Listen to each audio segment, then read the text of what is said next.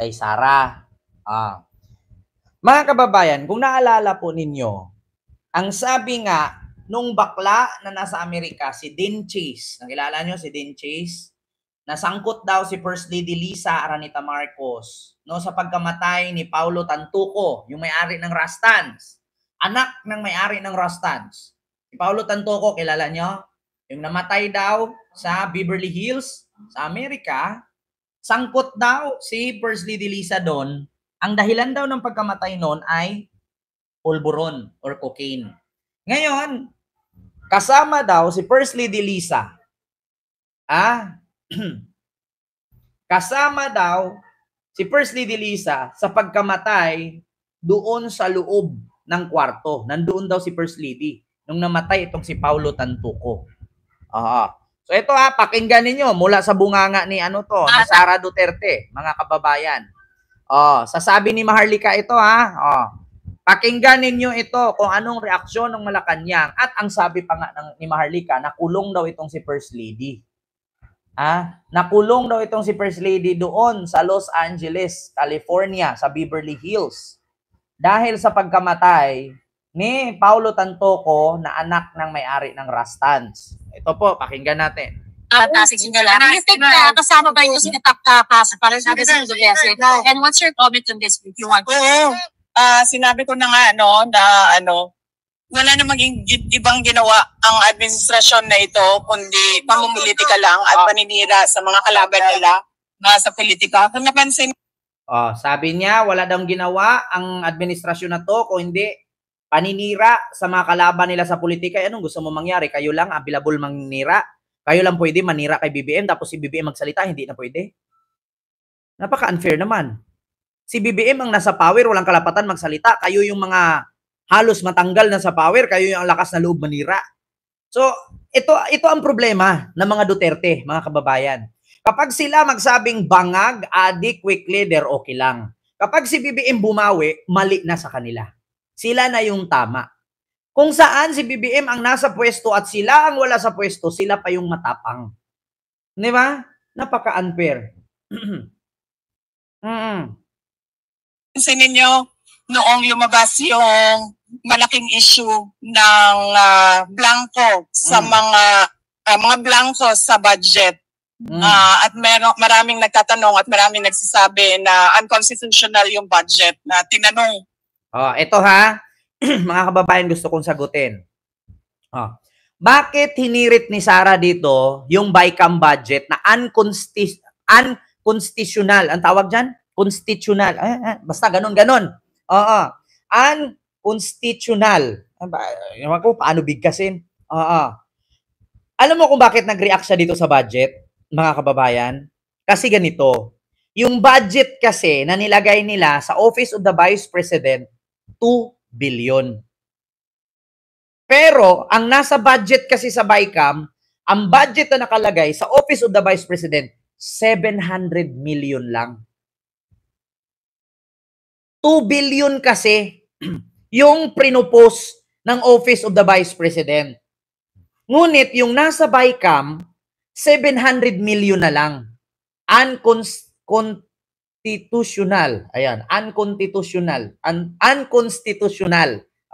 Ayun, bulol ako sa dating sa ganyan. Alam niyo kung bakit nire-reactionan ito ni Sara? Mga kababayan? Kasi yung budget kasi ng Office of the Vice President na prinopose nila, 2 billion. Kulang kasi. Kasi ang nasa BICAM, 700 million lang. Hindi naman sila nag-react kung bakit ano ang nasa laman ng budget. Nag-react po sila dahil kulang ang pinupos nilang budget. Wala silang pakialam doon sa mga blanco. Ang may paki sila, yun sa budget ni Sara. Yun yung totoo. Sa tingin ninyo, anong reaksyon ni Digong kung bakit blanco ang budget kung hindi niya nasilip na 700 million na lang ang budget ni Sara instead of 2 billion? Kaya nila nireklamo ito. Katulad lang ito sa bigas. Nung nakita nila na napatunayan ni BBM na 20 pesos na lang per kilo ng bigas, kinontra nila. Ang sabi nila, vote buying daw. Kaya ngayon, hininto ng COMELEC ang pagpapabenta ng bigas at itutuloy na lang pagkatapos ng eleksyon, ang pakalat ni Sara, hindi daw masustain kasi hindi kaya. Kasi binubula lang ang tao. Na which is sila naman yung nagreklamo kasi vote buying kaya hininto ng COMELEC. Di ba? Yung about sa BICAM budget, kaya po sila nang gagalaite. 2 billion kasi ang propose nila. 2 billion. Ang problema, 700 million lang nilagay. Yeah? Kaya umaaray sila. Ano ba namang makukuha nila sa 700 million? Isang confidential fund lang ni Sara yan sa isang taon. Kulang. Yeah? Hindi kaya. Kaya sila umiiyak. Ju M. Libusada, maraming salamat po sa yung 10 Hong Kong dollar super sticker. Thank you so much po. Diba? Yun ang totoo, mga kababayan. Continue natin. Impeachment ko. Yun yun. Tapos, nung nagkaroon ng malaking krimen sa Estados Unidos na merong namatay dahil sa drug overdose, at kung makikita ninyo doon sa police report ay nandoon ang pangalan ni First Lady. Ito yun ha, mga kababayan. Yung patungkol sa Rastans. May-ari ng Rastans na namatay si Paulo Tantoco na na-overdose daw sa drugs. Nandoon daw si Lisa Araneta Marcos. Ngayon, i-research ninyo ang police report sa pagkamatay ni Paulo Tantoco kung nandoon ba si Lisa. Ito, sa totoo lang, mabubutata na naman ito. Mapahiya na naman ni Attorney Claire Castro ito bukas. Bukas or kanina. Hindi ko alam sa press briefing ni Attorney Claire Castro. Kasi ang sabi, nandun sa police report, si First Lady Lisa. According doon sa pagkamatay ni Paulo Tantoco na may-ari ng Rastans, doon sa Beverly Hills, sa party-party daw. Overdose daw sa drugs na cocaine. Di ba? Ngayon ang tanong, kapag i-research nyo ba yung police report ng pagkamatay ni Paulo Tantoco sa Amerika, lalabas ba ang pangalan ni First Lady Lisa? Ngayon, kapag hindi lumabas ang pangalan ni First Lady Lisa, ano ka na naman ngayon, Sara? Fake news ka na naman. Alam mo, Sara, the more na marami kang kuda, the more na wawalan ng gana ang tao sa'yo. Naalala mo si Isko Moreno noon, nung tumakbong presidente, kuda ng kuda, tignan mo. Ang baba ng nakuhang boto. Kasi makuda. Diba? Totoo, hindi ko siniraan, which is totoo. Nung eleksyon 2022, si Isko makuda at the time. Kunti lang nakuhang boto, mas marami pa kay Pacquiao. Hindi ko tinitira si Isko, nagsabi lang ako ng totoo. Mas mataas ang boto ni Pacquiao kaysa kay Isko. Si Francis Leo Marcos nga, Peking Marcos sa mukhang kabayo, nakakuha nga 2 million, mas mataas pa sa boto ni Isko Di ba? Iwasan nyo yung kakakuda ninyo kasi less talk, less mistake. Yung maraming kuda, hindi mananalo yan. Maniwala kay sa akin. Instead na ikinuda mo, itrabaho mo na lang. Di ba? At least ako makuda, may pruweba. Si Sara nagkuda, may pinakita. Yun ang tanong. Ako makuda, may pruweba. Si Sara nagkuda, may pinakita. Iba, wala. Continue.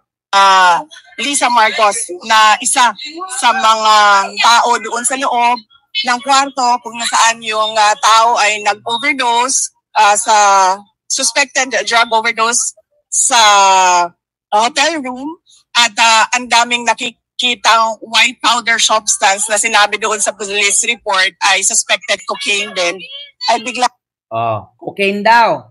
Ngayon, i-research natin yung police report ni Paulo Tantoco sa California kung nandoon ba at ano ang article na nilagay nila kung ano ang dahilan ng pagkamatay.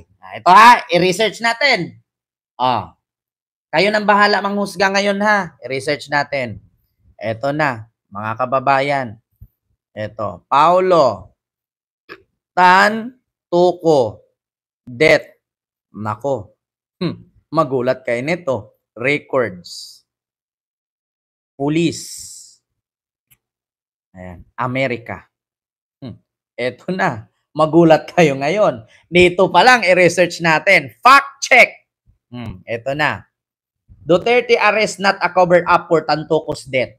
Ito na. Nag-fact check na ang Rappler, ha? Fact check ng Rappler. Fact check. Duterte arrest not a cover up for Tantocos death. Kasi ang sabi ni Sara dito, tinakpan daw. Ito, tapusin muna natin yung video na nagsalita si Sara, ha? Ito, ha? Bigla nilang kinidnap, kinuha si Pangulong Duterte. Ito, ha? Pakinggan natin. Nakikitang white powder substance na sinabi doon sa police report ay suspected cocaine din. Ay bigla nilang kinidnap, kinuha si Pangulong Duterte. Nung lumabas naman yung kanilang May 1 na 20 pesos ang kilo na... Sara, na-fact-check ka ng Rappler. Ang sabi ni Sara dito, yun daw pagkasangkot ni First Lady Lisa sa pagkamatay ni Paulo Tantoco dahil sa overdose cocaine sa Amerika, para daw matakpan iyon ay bigla daw ipinakidnap si Digong para mapagtakpan yung issue ni First Lady sa pagkasangkot sa pagkamatay ni Paulo Tantoco sa Los Angeles, sa Beverly Hills. So ito, fact check tayo. Rappler. Rappler, fact check. Fact check. Duterte arrest not a cover up for Tantocos death. Patay si Sara. Fake news. Duterte arrest not a cover up for Tantocos death.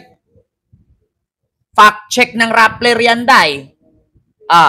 Ngayon, years in the making, Duterte's arrest was ordered by the International Criminal Court or ICC and carried out 2 days before Tantocos death. Nahuli muna si Digong bago namatay si Paulo Tantoco.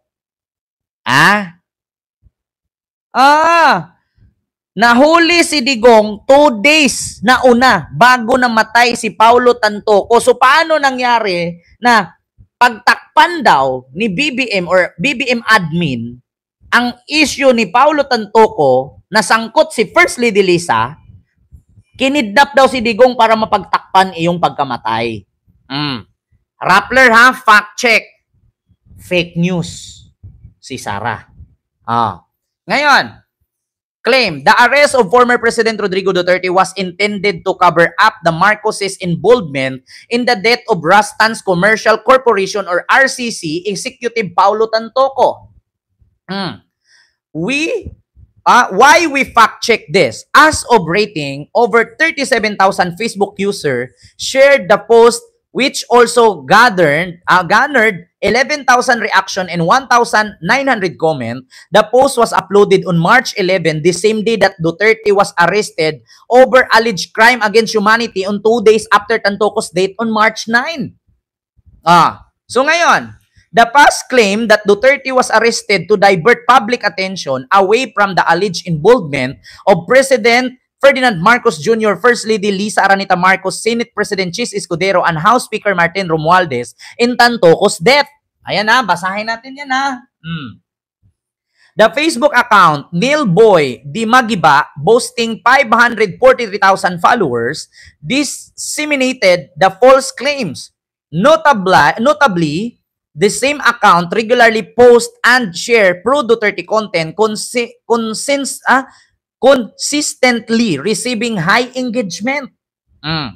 Ngayon nakalagay, kaya pala, online news source, the arrest of, ayan, the facts, month before Duterte arrest and Tantoco's death, where were already report that the International Criminal Court or ICC would issue an arrest warrant against former president as a result of 2 years long probe into his war on drugs. Ngayon, he is the first Asian former leader to be ordered arrested by the ICC or the International Criminal Court and the Duterte's bloody war on drugs. The ICC probe covers crimes against humanity allegedly committed during the Duterte administration bloody drug war that killed over close to 30,000 people, as well as the extrajudicial killings in Davao City when he was a mayor. Diba? Ngayon, fact check. Noli Di Castro statement of support for Duterte arrest on ICC. Diba? May nagtanong, bakit daw ito balita ko kinopya ko lang sa iba? Bakit? Saan mo gusto mangyari? Kokopyahin ko mula kay Banatbay? Bakit? Saan mo gusto? Kokopyahin ko mula sa mga DDS vlogger? I-fake news na nga sila, dadagdagan ko pa. Unique kasi ako.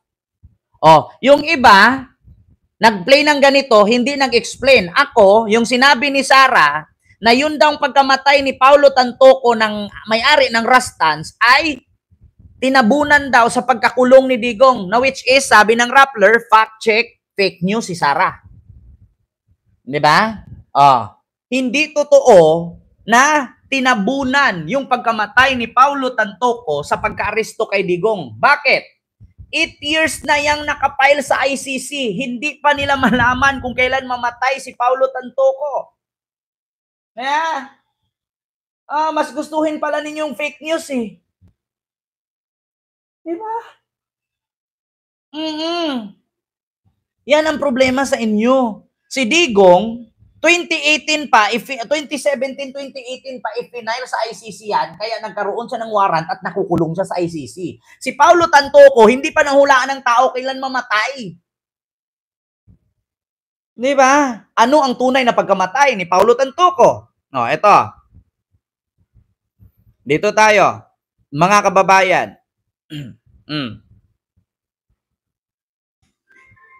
Ito na. The following Duterte's arrest, false claims have spread on social media, including rumors that the First Lady was detained in connection with Tantoco's death. A claim denied by Malacanang. Additionally, the misleading Facebook post provides no evidence to back up its claims, only mentioning unnamed and unverified news sources. Ngayon, ito ang kadahilanan. Nasaan daw ang ebidensya at article or balita na na-detain daw si First Lady Araneta Marcos sa Amerika dahil sa pagkamatay ni Paulo Tantoco? Nasaan ang news at nasaan ang police report? Yan ang tanong ngayon kay Sarah.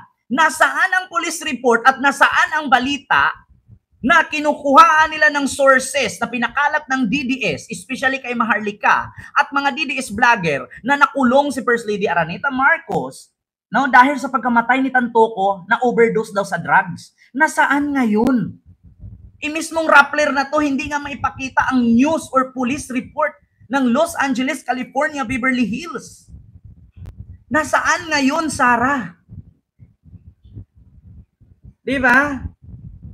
Bago ka magkuda dyan, Day, na nakulong si Sarah at sangkot sa pagkamatay ni Paulo Tantoco sa Los Angeles, California, ilabas ninyo ang police report. Kung mismo nga yung baklang panot, yung baklang mukhang pusit, mukhang pugita, na taga Los Angeles daw, mali daw ang police report kasi hindi daw sangkot si First Lady. Noon daw nagtanong siya sa police report, sangkot daw si First Lady. Ang tanong, bakit siya bigyan ng report ng police, hindi naman niya kaano-ano yung namatay? Diba? Yun ang tanong ngayon. Yung baklang din Chase, ang sabi niya, sangkot daw si First Lady Araneta Marcos sa pagkamatay ni Paulo Tantoco. Ang tanong ngayon, bakit bibigyan ng police report yung bakla na kalbo na si Din Chase na nag-issue dyan na nakulong daw si First Lady Lisa sa California, bakit siya bibigyan ng record ng police? Hindi naman niya kamag-anak si Paulo Tantoco. At higit sa lahat, wala siyang rights na manghingi ng police record kaya hindi naman siya journalist. Hindi siya media. Di ba? Ilabas ninyo yung pruweba ninyo. Di ba? Ilabas ninyo.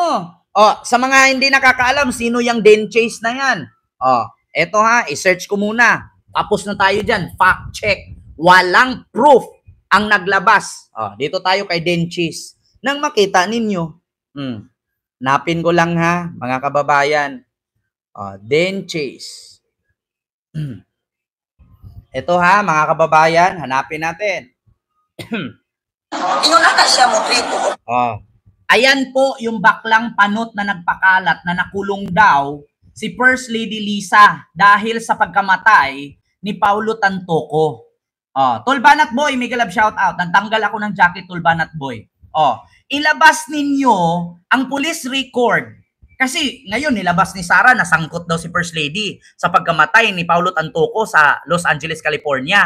Oo. Para mapagtakpan daw, kinidnap yung tatay niya at kinulong sa ICC. Ngayon, itong Denchis na to, itong baklang panot na to, na nagwig lang siya ha, nagwig lang yan. Eh di sana nilabas niya ang police record sa kanyang vlog. Eto ha. Ayan siya. Siya po yan. Mga kababayan, eto ha. Ayan. Good morning. May adlaw ko na itong tanan. Mayong buntag, mga kabisayan. It's morning here in the city of Los Angeles. And the POV of our video today is that I just want to remind you guys why we should not be voting for the Garcias. Wag mo nihibong na sige sila kadaog despite their blatant disrespect to the Cebuanos and the law in general. Ayan o, ayan o. Malaking element sa Estados Unidos na meron namatay dahil sa drug overdose. Sa police report ay nandoon ang pangalan ni First Lady Lisa Marcos na Pinost ni ano yan ha, ni Denchis. Pinost niya yan. Nagsalita si Sara. Ang tanong ngayon, nasaan yung police report, Sara? Ipakita ninyo. Kasi kapag hindi mo maipakita yan, nako, nakukulong nga yung ordinaryong tao na nagpi-fake news, ikaw pa kaya. Nasa politiko ka, public servant ka, tapos nauunahan mo na fake news? Aba Sara, malaking kaso yan. Ilabas ninyo yung police report na sinasabi ninyo. Diba? Ilabas ninyo. Oo, mga kababayan. Ayan guys, I'm giving these people a chance to speak up their voice. Ito na, police report. Asan yung police report na yan? Mga kababayan, ilabas ninyo. Kasi itong nag-post na ito, yung baklang to. Isapot na dyan kaayo ko anong Gwendolyn Wakwak Garcia dyan sa Cebu ay tagkag.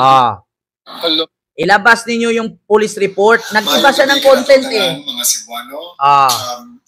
Nag-iba siya ng content. Ang content niya, si Governor Gwen Garcia na ng Cebu. Hindi na niya kinontent yung patungkol sa pagkakulong ni First Lady Lisa sa Amerika. Kaya nga pinakalat nila doon na kung nasaan daw si First Lady, ba't hindi daw nagpapakita. Nag-iba ng content ang panot. Ito ayan na, mga kababayan, ang layo na. Diyos ko. Wala na. Binura na yata eh. Wala na, iba na yung content niya. Iba na yung content ni Panot. Asaan na? Panot. Layo-layo na. Tinabunan na si Gwen Garcia na ang content niya. Ito siya, ito yung nagpakalat na si First Lady Lisa daw ay nakulong. Ito punta tayo sa TikTok. Kasi ito, sa totoo lang, sa TikTok lalabas to eh. Wait lang ha, mga kababayan. Medyo mainit dito. Wait lang. Lisa Marcos. Nakulong. Sa LA. Ito siya ang nagpakalat. Ano ako ni Jerry Castono kay iyang pamakabyog na ingon siya yung taong ibang mugo siya yung i-push ang narrative na abot lagi kung si Kanya, si First Lady Kuan Lisa Tanas sa Pilipinas at pag sa Jason siya at exactly 5:58. Siya nang 5:58 at tatapos ulit man niya siya. Lilaw yung mata niya, tanaw siya babaw. Wala abot siya atong alas 5:58 atong paglunis kita. So that was really obvious no na at the top of her head yung istorya no. And then pagkuman na later day po siya na actually kanang kuan probably earlier than 5 o'clock. Earlier than 5 o'clock na sa gingon, so mga pasado alas 4 na po yung gingon. So unsa man gyud. So akong gi-calculate awa morning hitabo ang good. Doon kini sa mga balay ang katong venue nga nahitabuan na kita ng balay patay nga lawas ni kuan ni Pau. So ito mga kababayan, sabi niya malapit daw sa bahay nila yung yung venue kung saan namatay si Paulo Tantuco, nakasama sila Lisa. Malapit daw sa bahay nito. Dito nakalagay, police report audio ni Lisa Marcos, nanginginig. Nanginginig daw. So ito. Ito sa bahay, nagkahilira. Dili mo sa Amerika gud basta even ang kanang mga homeless ang kanang makagugot ka, grabe kaayo. Sentan og kanang fire truck, sentan og kanang ambulance, sentan og police, police mo usa ka buok ang kanang homeless ang kanang hasik muna diri sa Amerika. Mo na dire. So, mo to nagkuha na kanang nagkagugot na ng kwanto mga pasado alas 11 padung to siya alas 12 nga nagkagugot na. Alas 11 papuntang alas 12 daw. Nagkagulo na daw dahil daw sa may namatay na ni-report daw nila yung si Paulo Tantuco. Malapit lang daw sa bahay nito. Dapit sa kanang Beverly Hilton, nagkagubot na dito dapita. Ang yan ako na, saan ko kinitabo di ay? So, nagtukog fire drill. Di. Akala daw niya fire drill. So, akala niya fire drill daw kasi nagkagulo. Kung naging other fire drills, pero gano'n, it's out of season maging fire drill nila. Tungod siguro ni sa katong reason. Ayun, sabi ni kabayan ko, kapatid, first quad ever, ayan, sa kanyang super chat, pa-check up nyo na si Sarah. Thank you so much po sa super chat. Fire drill sa Kuan, sa California. Mga ilang mandatory siguro nga sa yung fire drill. Pero, okay, wala sa to. And then, on the later days na to, dito na ako nabasahan nga na ayun, nakita nga patay nga lawas ko. So nakulit mo dito pagkahitabo adi ay. So pagano ako, maudi ito itong nagkagubot itong mga pasado alas 11 pa doon alas 12 itong pag... the later days daw, doon na daw niya nalaman may patay na at yun daw yung mga nagkakagulo nung pasado 11 to 12 ng gabi. So akala niya may fire drill daw. Hindi, tanghali, 11 to 12 ng tanghali. So ngayon, doon daw niya nalaman sa balita na patay si Paulo Tantuco kasama si First Lady Lisa together with the overdose of cocaine. Ang tanong ngayon, nasaan nga yung police report, mga kababayan? Kasi sabi ni Sarah yun eh. Siya po ang nagpakalat ng balita na ang dahilan daw ng pagkakapatay ni Paulo Tantuco ay drug overdose using cocaine at kasali daw si Lisa Araneta Marcos sa kwarto. Kasama daw. At nakulong nga daw si First Lady sa police detention ng LA. At hindi nga daw nakauwi si First Lady, pero nagulat tayo na ang dami na palang program na sinalihan si First Lady sa mga award dito sa Pilipinas. At ang sabi nga nila, edited daw yung mga picture ni First Lady, edited daw yung napunta sila sa Ilocos nung Semana Santa, mga luma daw picture yun. Hindi daw yung totoo kasi nakakulong daw si First Lady Lisa ngayon. Ang problema ay nakaraan nga yung food, program, nag-cutting of ribbons, nandun si First Lady, nandun si BBM. Tapos nung nakaraan naman, yung misa, andun si First Lady at si BBM, pinangunahan nila. Kaya sa totoo lang mga kababayan, napaka-fake news po talaga nila. Yes. Ngayon, ang tanong ngayon. Na ayon sa ating puting ahas, allegedly, kaya hindi nakulong si Lisa kung siya man ay kasabwat. Allegedly, kasi meron siyang extended immunity. Hindi ko sinabi na nakulong siya. Iba po ang na-jail sa na-hold for questioning. Yan kasi ang pinapakalat ng mga na mainstream media na walang kayong karapatan maging media, maging reporter dahil kayo talaga ay mga bells. Maring iba sa inyo, kaya... Ito naman, sabi ni Maharlika, hindi daw nakulong si First Lady. Ngayon naman, ito naman kalbo, sabi niya, nakulong si First Lady. Na ayon sa ating puting ahas, allegedly, kaya hindi nakulong si Lisa kung siya man ay kasabwat. Allegedly, kasi meron siyang extended immunity. Ayan na mga kababayan, paiba-iba na statement. Nung nakaraan, nasaan si Lisa, ipalabas nyo si Lisa kung hindi nakakulong. Tapos ngayon, ang sabi, hindi daw nakulong kasi may extended immunity. Nako, eto na. Ano to? Laglaga na, Marlika? Tanggihan na? Ano to? Iba-iba statement na, biglang deny? Nung nakaraan sa dahig ka putang ina mo, nung birthday ni Digong, sabi mo makalaya, hindi nakalaya, dalawa kay ni Roque. Ang sabi mo, nakakulong si First Lady Lisa. Kaya nga daw hindi makaka-video-video, hindi makaka-live kasi nakakulong. Ngayong nasa Pilipinas, sabihin mo, hindi nakakulong? Ano to? Na ayon sa ating puting ahas, allegedly, kaya hindi nakulong si Lisa kung siya man ay kasabwat. Allegedly, kasi meron siyang kung siya man, allegedly, ibig sabihin chismis daw. Tapos naniniwala sila kay Maharlika. Si Maharlika na nga nagsabi, allegedly, ibig sabihin, chismis. According kay ganito, according kay ganyan, allegedly, ayon sa sabi-sabi. Tapos si Sarah naman ngayon, sangkot daw si Lisa, putang ina, Ano, magkakabukuhan kayo, magtutulakan kayo ngayon. Allegedly nga lang eh. Tapos si Sarah, ang sabi, sangkot daw. Naku, Sarah. Oh, ito Sabi doon sa police report ay suspected cocaine din, ay bigla nilang kinidnap, kinuha si Pangulong Duterte. Nung lumabas naman yung kanilang May 1 na 20 pesos ang kilo ng bigas, at syempre dahil hindi naman totoo yung pangako na yon, pambobola lang naman yon sa mga tao, hindi nila kayang i-sustain, ay tinigil. Patunayan mo yan, Sarah. Wala kang pruweba. Si Maharlika ngayon, allegedly na ang sinasabi. Tumatanggi na. Pero ikaw, sabi mo, according sa police report, nako, pag wala kang may pakitang police report niyan, Sarah, delikado yan. Oh, NBI, ano na?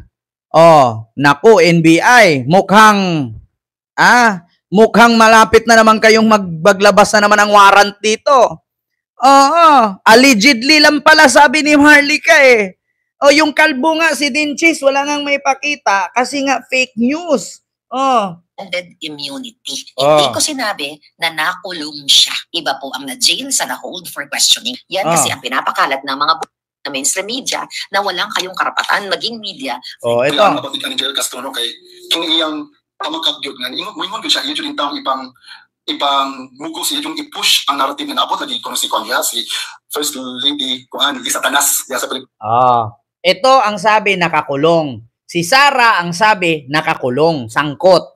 Tapos ngayon, si Maharlika, sa ating puting ahas, allegedly, kaya hindi na... Allegedly, ulang sinasabi pa lang, chismis, di umano. Parang Jessica So, di umano. Allegedly, kuno, diba? Di umano, ay putragis na yan. Paiba-iba kay statement. Saan kaya source ni Sarah dito? Nasangkot si First Lady sa pagkakulong doon sa Amerika, sa pagkamatay ni Tantoco. Naku, mga kababayan, mahirap ito. Kayo na lang bahalang humusga. Mga taong bayan, hindi naman kayo tulog, hindi naman kayo nakapikit, gising naman kayo. Hingian nyo na lang po ng ebidensya si Sarah. Para paniwalaan ng tao. Itong ginawa ni Sarah, panabla na lang yan eh. Bahala na po kayo mga kababayan. At mismong Rappler na nga nagsabi, fact check. Duterte arrest, not a cover-up for Tantoco's death. My God.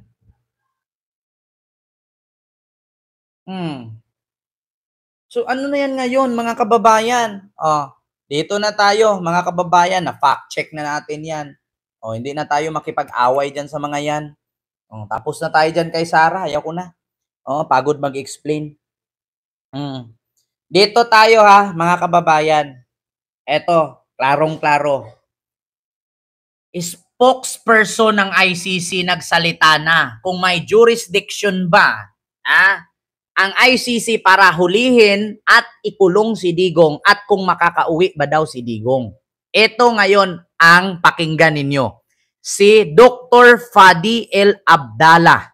Siya po mismo nagsasalita. Dr. Fadi Abdallah. Pakinggan nyo po.